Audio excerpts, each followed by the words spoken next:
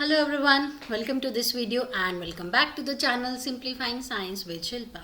So I hope you all are doing good and you have revised everything which we have done in the last classes, and today we are here with the last topic of this chapter, that is excretion. We have seen digestion, then respiration, then transportation, and the last topic is excretion because digestion के बाद respiration होता है, उसके बाद transportation होता है और last process क्या होता है, एक्सक्रीशन. जितना भी वेस्ट मटेरियल है बॉडी में वो सब फिल्टर आउट होके बाहर निकलता है बॉडी से, उसको हम बोलते हैं एक्सक्रीशन. तो आज हम एक्सक्रीशन ह्यूमंस में देखेंगे और एनिमल्स में, दोनों में देखेंगे. अब देखो, एक्सक्रीशन जैसे डाइजेशन के लिए हमारे पास स्पेसिफिक ऑर्गन है, ऐसे ही एक्सक्रीशन के लिए भी हमारे पास एक स्पेसिफिक ऑर्गन है जिन्हें हम बोलते हैं किडनीज. और ये ह्यूमन बींग्स में होता है, प्लांट्स में नहीं होता स्पेसिफिक ऑर्गन. इवन प्लांट्स में किसी भी चीज़ के लिए कोई भी स्पेसिफिक ऑर्गन नहीं होता, लेकिन ह्यूमन बींग्स में एक्सक्रीशन के लिए स्पेसिफिक ऑर्गन है, that is kidney. Kidney and kidney में क्या प्रेजेंट होते हैं, नेफ्रॉन्स प्रेजेंट होते हैं जो कि फिल्ट्रेशन में हेल्प करते हैं. नेफ्रॉन्स, और मिलियंस ऑफ नेफ्रॉन्स होते हैं हमारी किडनी में, millions of nephrons. So nephron word is associated with kidney. Alright, so let's read in NCERT. Take out your book, Science NCERT book, and open the topic excretion, page number 110 in old NCERT.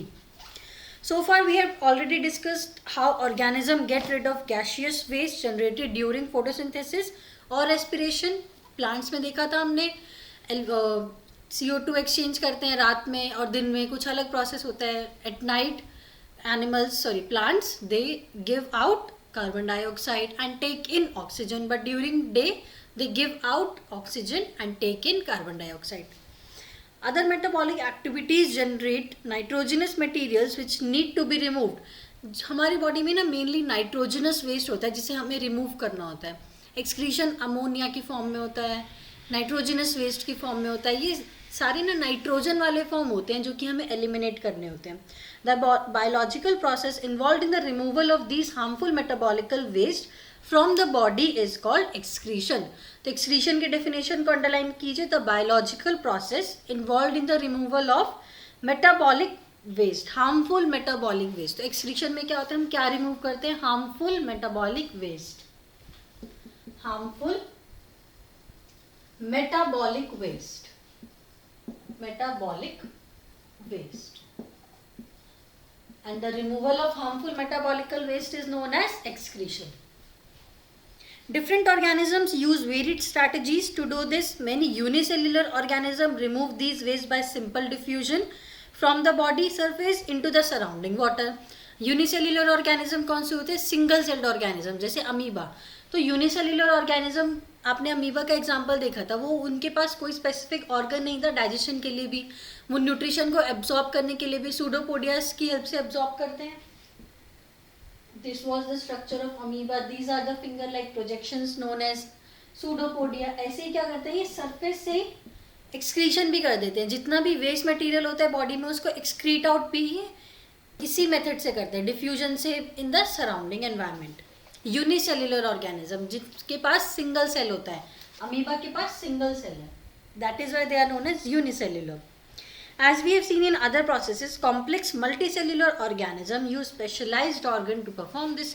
तो unicellular organism के पास कोई specific organ नहीं है, वो directly अपने body waste को अपने ही surrounding में डिफ्यूजन के थ्रू एक्सक्रीट आउट कर सकते हैं. लेकिन जो मल्टी सेल्युलर ऑर्गेनिज्म होते हैं उन्हें एक पर्टिकुलर ऑर्गन चाहिए रिमूव करने के लिए वेस्ट को, क्योंकि जब रिमूवल होता है ना उस टाइम पे भी बहुत सारी चीज़ें एब्जॉर्ब होती है. सबसे ज़्यादा एब्जॉर्ब वाटर होता है, किडनीज में रिमूवल के टाइम पे भी एब्जॉर्प्शन होती है.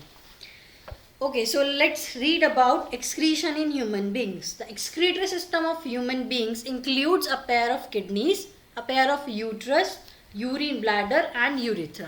तो कौन कौन से पार्ट्स हैं ह्यूमन किडनीज में, एक तो 2 किडनीज है, pair of kidneys, 2 kidneys, then a pair of ureter,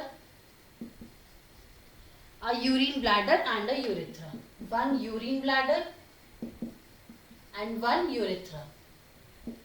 One urethra. एक बार हम रफ डायग्राम बना के देखते हैं कैसा होता है इसका स्ट्रक्चर. जैसे ये किडनीज हैं,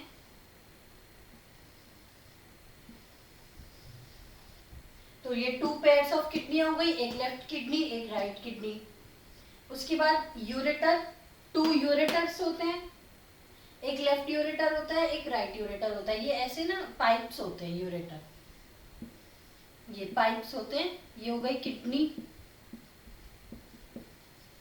ureter, then one urinary bladder, this is the urinary bladder where the urine is stored, and one urethra, this is urethra. So this is a rough diagram of kidneys और पूरा excretory system, 2 pairs of kidney, 2 ureter, 1 urinary bladder and 1 urethra. Don't confuse in between urethra and ureter. Ureter is the tube and urethra is, it is also a small tube, but ureters are 2 in number, but urethra is 1 in number.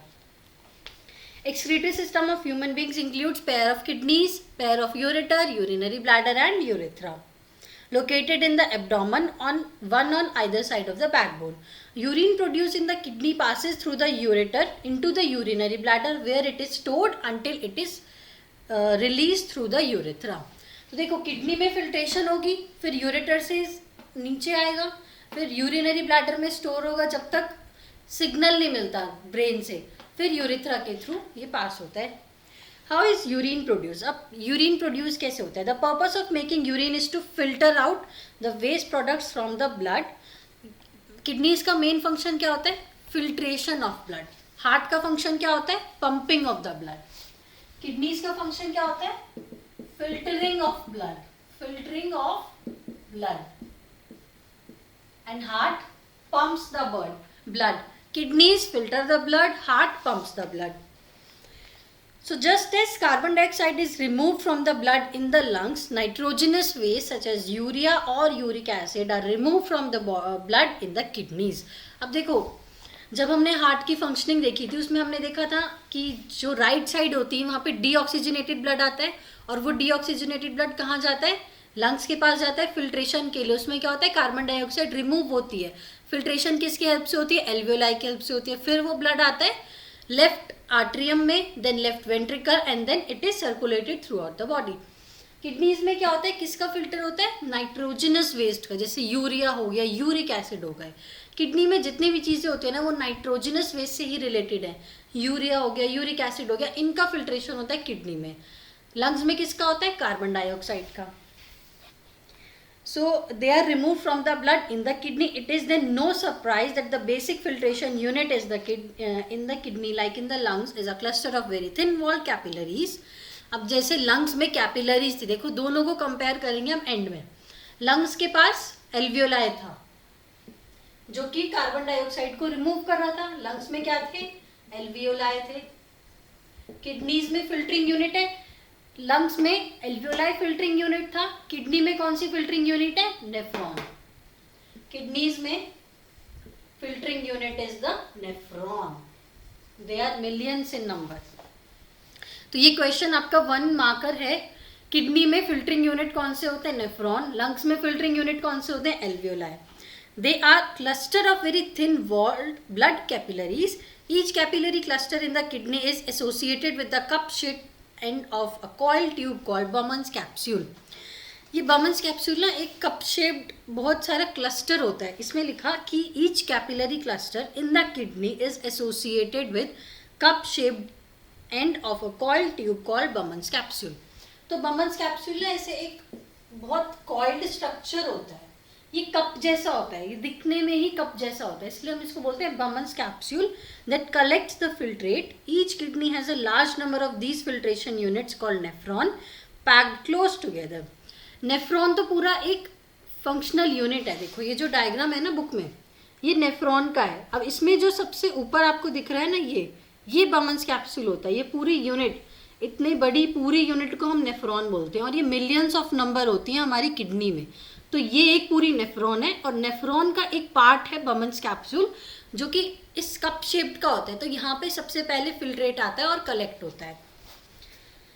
So each kidney has large number of these filtration units called nephron packed close together. Some substances in the initial filtrate such as glucose, amino acids, salts and major amount of water are selectively reabsorbed as the urine flows along the tube. मैंने बोला था ना बहुत सारी चीज़ें reabsorb भी होती है किडनी में. सिर्फ फिल्टरिंग का काम नहीं कर रहा, वो एब्जॉर्प्शन का भी काम कर रहा है, रीएब्जॉर्प्शन का काम कर रहा है. सबसे ज़्यादा वाटर कहाँ पे एब्जॉर्ब हुआ था, हमने डाइजेशन में देखा था, लार्ज इंटेस्टाइन में. उसके बाद कहाँ पे रीएब्जॉर्प्शन हो रही है, किडनीज में. किस किस चीज़ की रीएब्जॉर्प्शन हो रही है, अंडरलाइन करिए. रीएब्जॉर्ब होता है एक तो अमीनो एसिड्स होते हैं, कुछ सॉल्ट्स होते हैं, ग्लूकोज होते हैं और मेजर अमाउंट ऑफ वाटर. ये सब रीएब्जॉर्ब होगा किडनी में. जैसे जैसे यूरिन ट्यूब में फ्लो करेगा, जैसे जैसे यूरिन फ्लो करता जाएगा वो एब्जॉर्ब होते जाएंगे. The amount of water reabsorbed depends on how much excess water is there in the blood. जितना ज़्यादा हमारी बॉडी में एक्सेस वाटर होगा उतनी ज़्यादा रीअब्जॉर्प्शन होगी. And how much of the dissolve salt there is to be excreted. अगर बहुत ज़्यादा पानी है ना हमारी बॉडी में तो वो रीएब्जॉर्ब होगा. ऐसा नहीं है कि वो यूरिन के थ्रू निकल जाएगा, नहीं, उसको रीएब्जॉर्ब होना पड़ेगा क्योंकि हम अपनी बॉडी से वाटर लॉस नहीं कर सकते. ऐसे जितने भी सॉल्ट्स हैं सबकी एक क्वांटिटी फिक्स्ड है हमारी बॉडी में. सॉल्ट्स कितने एब्जॉर्ब होने चाहिए, कितने एक्सक्रीट आउट होने चाहिए, वाटर कितना एब्जॉर्ब होना है, कितना एक्सक्रीट आउट होना है, ये सब फिक्स्ड क्वांटिटी में है. तो जितना हमारी बॉडी को चाहिए वो रख लेता है, बाकी सब एक्सक्रीट आउट हो जाता है. The urine flowing in each kidney eventually enters a long tube, the ureter. Ureter is the long tube which connects the kidneys with the urinary bladder. Ureter connect करता है kidneys को urinary bladder के साथ. Kidney से जाएगा ureter में, ureter से जाएगा यूरिनरी ब्लैडर. तो इन दोनों को किसने कनेक्ट किया, यूरेटर ने, यूरेथ्रा नहीं, ureter. Ureter is the long tube. Two tubes which connect kidneys and the urinary bladder. Urine is stored in the urinary bladder until the pressure of the expanded bladder leads to the urge to pass it out through the urethra. The bladder is a muscular, so it is under nervous control as we have discussed elsewhere. As a result, we can usually control the urge to urinate. अब देखो एक बार पूरा हम nephron का structure भी देखते हैं. You can note down these things, the structure. What are the harmful metabolic waste material जो भी एक्सक्रीट आउट होते हैं उसे हम एक्सक्रीशन प्रोसेस बोलते हैं. किडनी में फंक्शनल यूनिट कौन सी है, नेफ्रॉन, जो कि मिलियंस ऑफ नंबर में होते हैं. One pair of kidney, one pair of ureter, one urinary bladder and one urethra is present. Lungs में functional unit is the alveoli, kidney में नेफ्रॉन. अब एक बार हम कंपेयर करते हैं लंग्स और किडनीज को.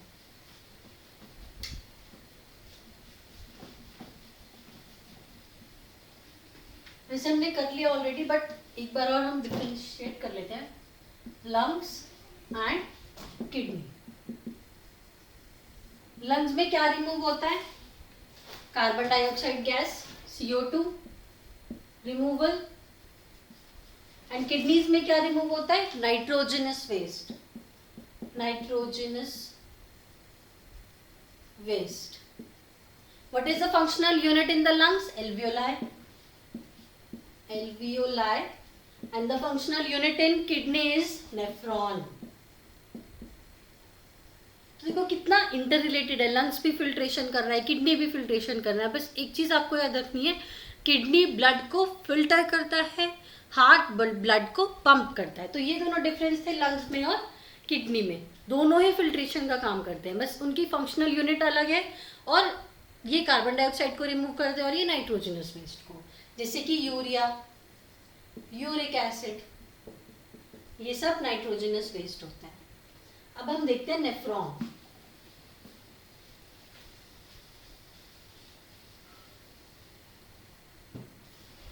एक बार हम रफ डायग्राम बनाते हैं नेफ्रॉन का.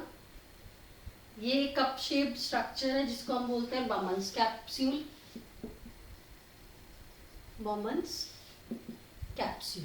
इसका काम क्या होता है, साथ साथ हम फंक्शन देखेंगे. इसका काम होता है, ये कप जैसा होता है, तो ये फिल्ट्रेट को इकट्ठा करता है. जो भी हमारा फिल्ट्रेट आया है उसको इकट्ठा करने का काम इसी का होता है. ये ऐसे कप शेप्ड होता है.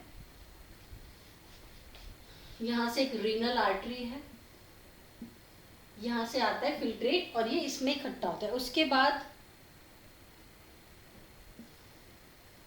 ये ऐसे जाता है नीचे. फिर ये हमारे पास एक कलेक्टिंग डक्ट होती है, ये भी दो होती है. तो देखो जैसे जैसे यूरिन नीचे पास यहाँ से आया सपोज ये, तो जैसे जैसे यूरिन पास करता है क्या क्या एब्जॉर्ब, 3 चीजें एब्जॉर्ब होती है, ग्लूकोज एब्जॉर्ब हो जाएगा, वाटर एब्जॉर्ब होगा और अमीनो एसिड्स, अमीनो एसिड, ये तीनों चीजें एब्जॉर्ब हो जाती हैं, रीएब्जॉर्ब हो जाती हैं, रीएब्जॉर्ब। फिर ये इसमें जाता है, पास करता है, फिर ऊपर जाता है, फिर इसको बोलते हैं हम कलेक्टिंग डक्ट। कलेक्टिंग डक्ट में फिर से एब्जॉर्प्शन होती है वाटर की, वाटर रीएब्जॉर्ब। तो देख रहे हो हमारी बॉडी भी कितनी मैथमेटिक्स करती है, जितनी अमाउंट में उसको पानी की रिक्वायरमेंट है बॉडी को उतना ही लेती है वो, जितना पानी एक्स्ट्रा है वो सब रीएब्जॉर्ब होता है। तो इस पैराग्राफ में ये था, एक बार हम फिर से रीड करते हैं, इस डायग्राम के साथ देखते हैं। Each kidney has a large number of these filtration units called nephron. This is the diagram of nephron. This is the filtration unit in the kidney, filtration unit, they are millions in number. Some substances in the initial filtrate such as glucose, amino acid, salts and water is absorbed. Glucose, amino acid, salt and water, they are reabsorbed as the urine flows along the tube. The amount of water reabsorbed depends on how much excess water is there in the body and how much of salt dissolved water is to be excreted. The urine forming in each kidney eventually enters a long tube, the ureter.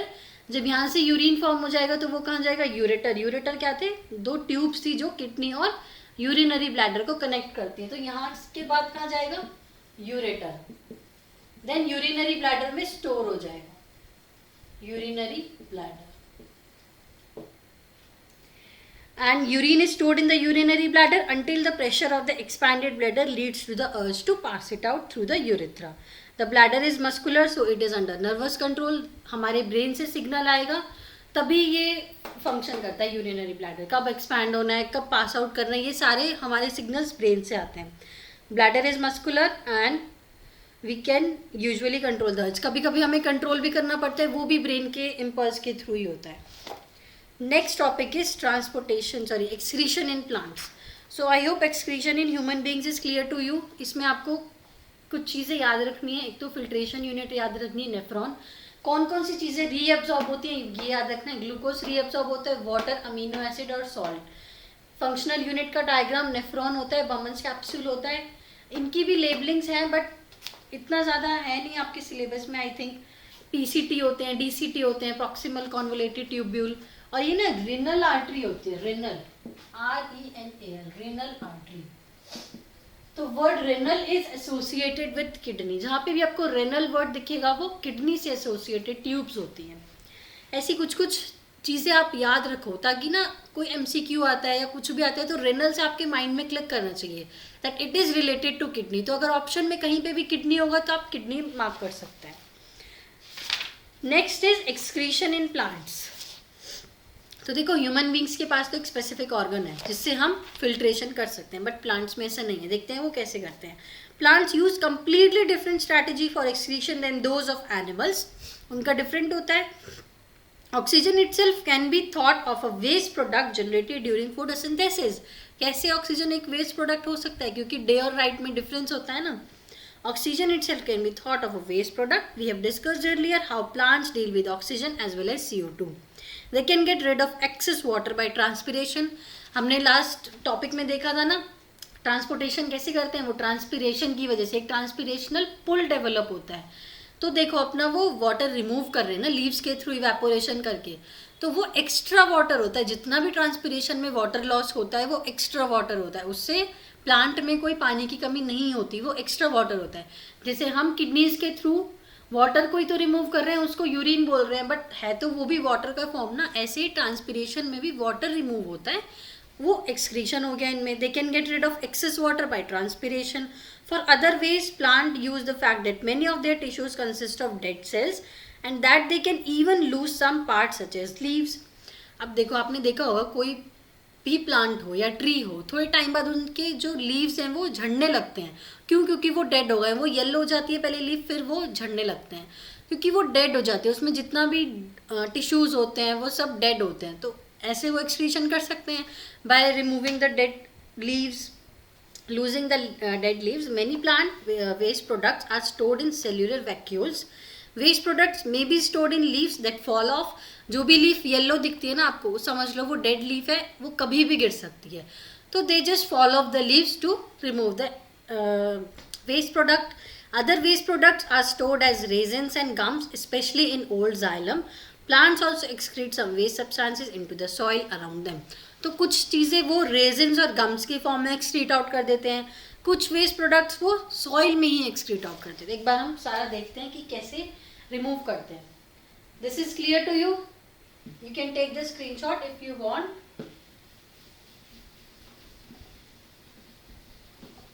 तो देखो सबसे पहले उन्होंने क्या remove किया, carbon dioxide और oxygen gases भी remove करते हैं ना. जैसे डे में they release carbon dioxide, sorry they release oxygen, क्योंकि वो उनके यूज की नहीं है तो एक्सक्रीट आउट होते हैं. तो ऑक्सीजन O2 CO2 ये रिमूव करते हैं. वाटर को रिमूव करते हैं ट्रांसपिरेशन की हेल्प से. Excess water is removed. Then other ways they use the fact, yes, leaves, dead leaves which are yellow in color, they fall off. Next is many plant waste products are stored in cellular vacuoles. They store भी कर सकते हैं वो अपने उसको cellular vacuoles में. Vacuoles. Then the last one, yes, other waste products are stored as resins and gums, especially in the old xylem. Resins, gums, ये store करते हैं अपने waste material को in the old xylem. And last point is they excrete out waste in the soil also, soil surrounding them. उसमें भी अपना waste excrete कर सकते हैं. तो देखो ऑक्सीजन को रिमूव करते हैं, कार्बन डाइऑक्साइड को करते हैं, डे और नाइट का जो डिफरेंस है, वाटर को करते हैं ट्रांसपिरेशन की हेल्प से. जितने भी डेड टिश्यूज होते हैं वो जब भी लीफ येलो हो जाएगी तो the leaf fall off. Then cellular vacuoles में स्टोर करते हैं. स्टोरेज का ये डिफरेंट है, यहाँ पे ये स्टोर करते हैं in cellular vacuoles in the form of resins, gums in the old xylem, and excrete out in the soil also, the soil surrounding them. So that was all about this chapter, life processes. It was a very lengthy chapter, but believe me, if you are clear in this chapter, then your doubts will be clear every time. आपको कोई problem नहीं आएगी. अगर आपका ये chapter strong हो गया ना तो बेस आपका स्ट्रांग रहेगा. तो इस चैप्टर को आप अच्छे से लाइन टू लाइन रीड करिए. जैसे मैंने आपको लाइन टू लाइन रीड करा, ऐसे रीड करिए. शॉर्ट नोट्स बनाइए, स्टिकी नोट्स लगाइए, अंडरलाइन करिए, हाईलाइट करिए. साइड में इतना स्पेस है उसको यूटिलाइज करिए. तो ये चैप्टर अब ओवर होता है. नेक्स्ट चैप्टर हम फिजिक्स का स्टार्ट करेंगे, that is magnetic effect. All right then, that's all. If you have any doubts, do comment down below. And that's all for today. Thank you. See you in the next one.